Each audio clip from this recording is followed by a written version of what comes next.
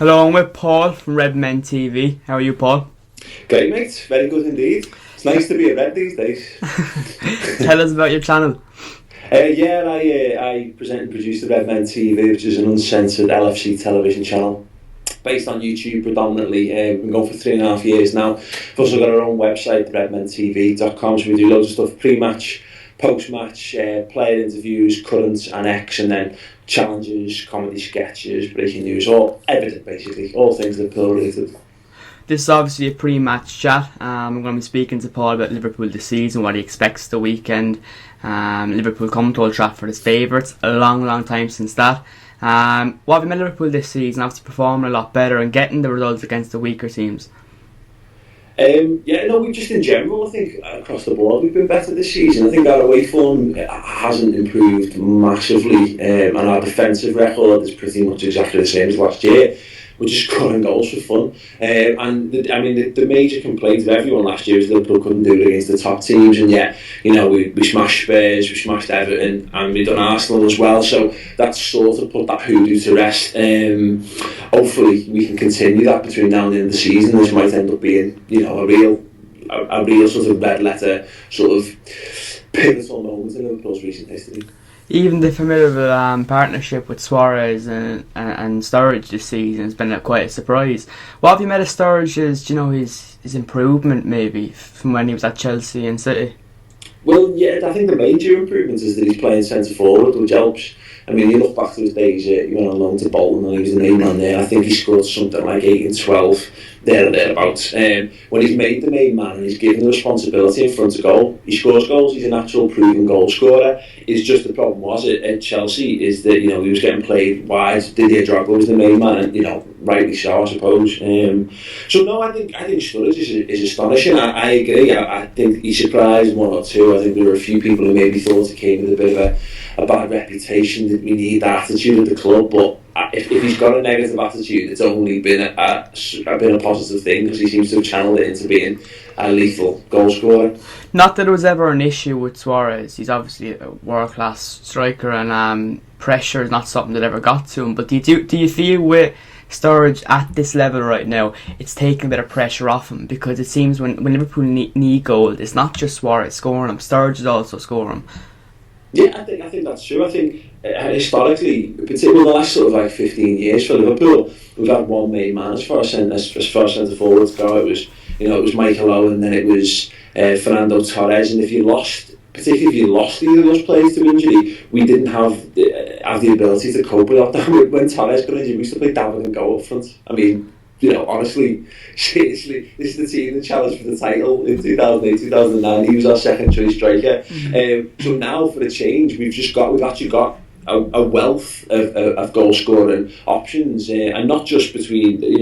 It's as you say, it's great that if Suarez isn't necessarily having a great game, you've got Daniel Sturridge there to sort of share the burden. You've even got Raheem Sterling coming through as well, getting a few goals, which is great. The beauty is for us, and the pain for opposing defences, is that who do you mark? If you've just got one focal point, one man to focus on, that's fine, you can double up on him. But if you try to double up on Suarez, what you need to do, it's field day for Daniel Sturridge. I think a main thing with Suarez this season is there hasn't been much, media attention. He hasn't been getting in trouble, so all his focus has been on playing for Liverpool, and you can see that there's no trouble, there's no distractions. He's just scoring goals, he's playing well. And he said the same thing with the partnership. It's just clicking. It's clicking so well that I'm even surprised watching Liverpool this season. And Liverpool as a whole this season, they're playing much better football. On Brendan Rodgers, obviously, I remember there's a few Liverpool fans that weren't too happy when Kenny left Dalglish, but then they were quite, they weren't too happy that Rodgers were getting the job. And I was looking at Rodgers and I was thinking he's a manager with his own philosophy. He can make things happen. It's Liverpool's chance to step out of the past and into the future. Are you happy with him? Oh yeah, absolutely thrilled with him. He sat down a lot of the Liverpool fan sites just after the transfer window shut in his first season in the summer, and he wooed us, to be perfectly honest. He sat down, he spelled out his vision for Liverpool Football Club, and everyone in the room that day, if they weren't convinced already, and bear in mind we had a very tough start to that season, which I'm sure he's going to relate to this year, but he definitely, we came out Brendan Rodgers fans, and what's happened since then, of course, is we've gotten to see it. a week on week, month on month improvements. And since sort of January last year, the football we've been playing under Brendan Rodgers is absolutely phenomenal. We've talked about the forwards, how impressive they've been. In midfield this season, we've seen Gerrard play out of position sometimes in deeper roles, and talks Liverpool going after several midfielders, Jan and Villa. The names go on. Henderson is one player this season who seems to have really improved as well, and he got lots of flack last year or even when Rodgers signed him, the same window Downing came in. With his development, are you surprised? He seems a player that's kind of taken his own kind of independence in his own role and making it his own. Yeah, well, it was obviously Dalglish that brought him in. He thought he had it, and he was played out of position for his first season. He was played predominantly right mid. Brendan Rodgers didn't fancy him.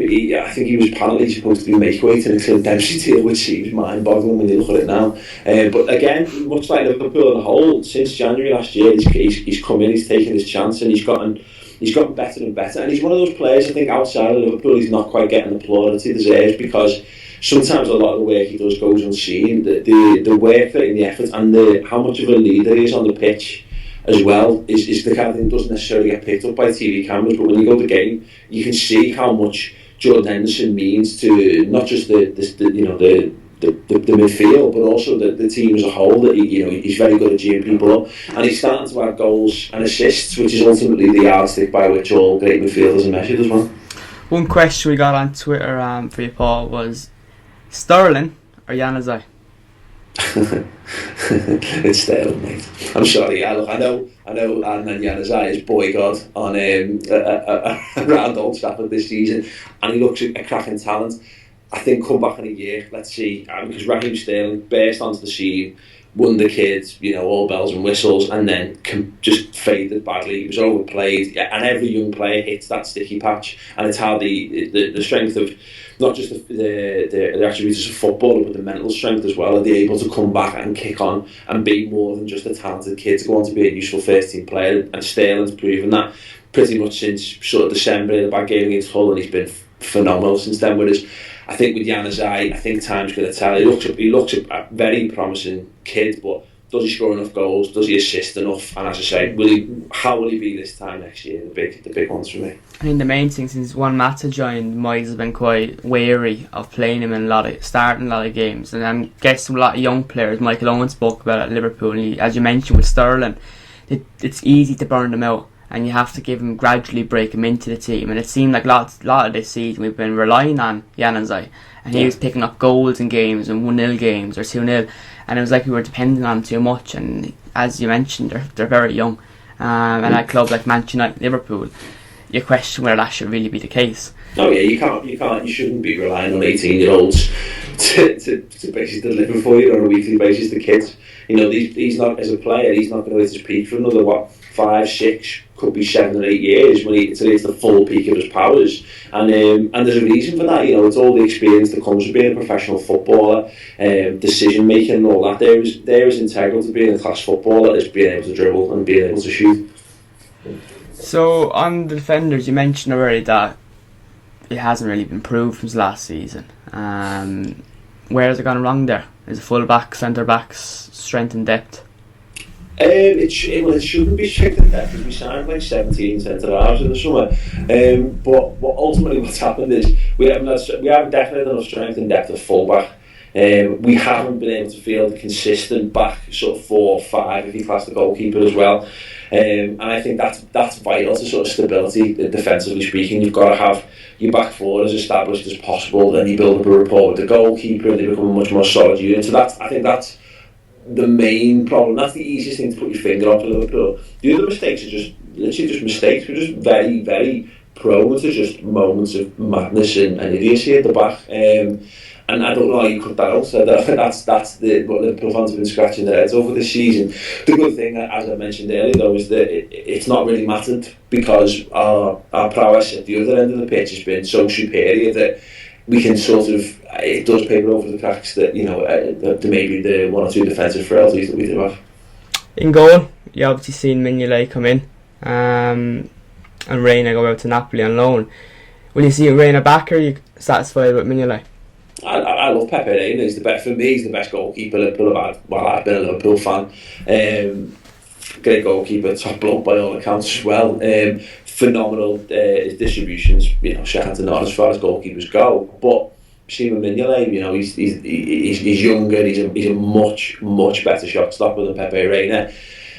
I don't think he'll come back, but I wouldn't be upset to have Pepe Reina back. You know, if we could engineer a situation where we have Mignolet and Pepe Reina as our two goalkeepers at the club, then bonus. I don't see someone who's probably on like $100,000 a week playing maybe 5 or 6 games a season. That's the main problem.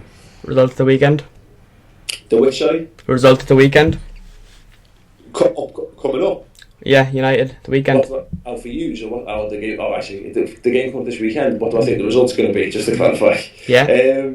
I don't know. You said we're favourites going into this game, and I think on paper, yeah, definitely. But as the old cliche goes, the derby game, isn't it? So really, anything can go right, anything can go wrong. I should be absolutely and utterly confident about this game because of the form we've been in and the form Man United have been in. But it's Man United at Old Trafford, so I'm always going to have that sick feeling until we manage to walk away with the results, how it comes about. I think I'm sitting on the fence. I'd like to say we're going to win this game, but I just feel there might be a little bit of a sting in the tail to this one. Thanks, Paul.